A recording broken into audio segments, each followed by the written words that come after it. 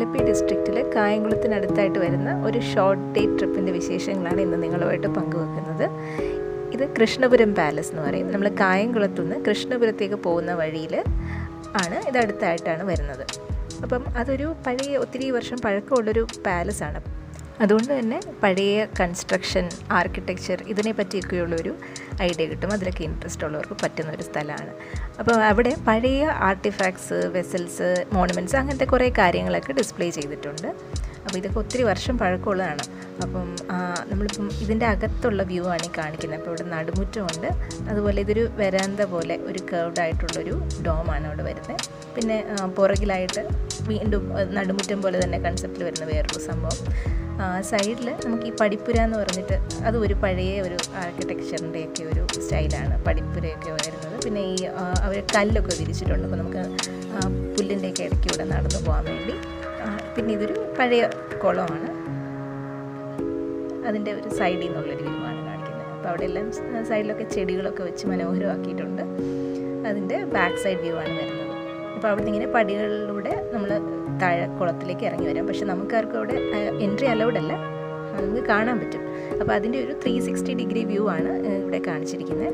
നമ്മൾ കൊട്ടാരത്തിൻ്റെ അകത്തൊന്നും നമുക്ക് വീഡിയോസ് ഒന്നും അലൗഡ് അല്ല. അപ്പോൾ ഇത് വെളിയിൽ നിന്നുള്ളൊരു വ്യൂ ആണ് കാണിച്ചിരിക്കുന്നത്. അപ്പം ഓവറോൾ ഇവിടെ ഒരു ഭയങ്കര പീസ്ഫുൾ ആൻഡ് കാം ആയിട്ടുള്ള ഒരു അറ്റ്മോസ്ഫിയറാണ് വരുന്നത്. സിറ്റിയിൽ നിന്നൊക്കെ മാറി നമുക്ക് ഒരു ഡേ കുറച്ചൊന്ന് സമാധാനമായിട്ടൊക്കെ ഒന്ന് സ്പെൻഡ് ചെയ്യണം, ഫാമിലിയായിട്ട് സ്പെൻഡ് ചെയ്യണം, അതിന് പറ്റിയൊരു സ്ഥലമാണ്. ഇതിൻ്റെ സൈഡ് വ്യൂ ആണ് ഇവിടെ വരുന്നത്. പിന്നെ സൈഡിൽ തന്നെ ഇങ്ങനെ സ്റ്റോൺ പേയ്മെൻറ്റിലൂടെ നമ്മൾ നടന്ന് പോവുകയാണെങ്കിൽ സൈഡിലായിട്ടൊരു ആൽമരമൊക്കെ സെറ്റ് ചെയ്തിട്ടുണ്ട്. സെറ്റ് ചെയ്യുന്നതല്ലാതെ പണ്ടൊക്കെ ഉള്ളതാണ്. ഒരു കല്ലൊക്കെ കെട്ടിയൊന്ന് സെറ്റാക്കിയിട്ടുണ്ട്. അതുപോലെ അവിടെ ഒരു ബുദ്ധൻ്റെ ഒരു ടെമ്പിളുണ്ട്. പഴയൊരു ബുദ്ധൻ്റെ സ്റ്റാച്ചു ഒക്കെ ഉണ്ട്.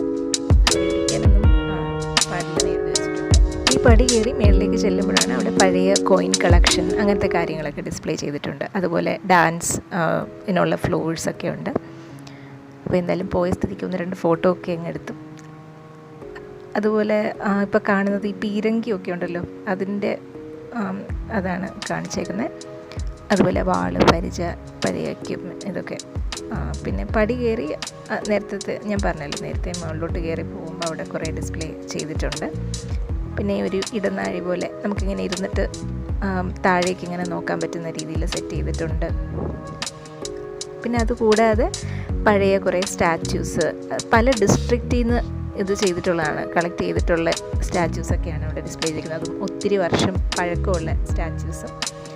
പിന്നെ ഇതിൻ്റെ വേറൊരു സൈഡിൽ കൂടെയുള്ള പേയ്മെൻറ്റാണ് ഈ കാണിച്ചേക്കുന്നത്. അപ്പം എല്ലാം നമുക്ക് പോയി കഴിഞ്ഞാൽ ലീഡ് ചെയ്തതെന്ന് പറഞ്ഞാൽ നമ്മുടെ ആ ലാസ്റ്റ് ഉള്ള ആ കുളത്തിലേക്കാണ് ഈ വഴികളെല്ലാം നമ്മളെ ലീഡ് ചെയ്യുന്നത്.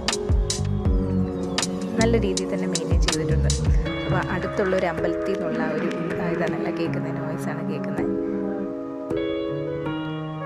അതിൻ്റെ റൈറ്റ് സൈഡിൽ ബാക്ക് കുളത്തിൻ്റെ സൈഡിലായിട്ട് ഗാർഡൻ പോലെ സെറ്റ് ചെയ്തിട്ടുണ്ട്. ഒരു ഹാഫ് ഡേ നന്നായിട്ട് സ്പെൻഡ് ചെയ്യാൻ പറ്റിയൊരു സ്ഥലമാണ്.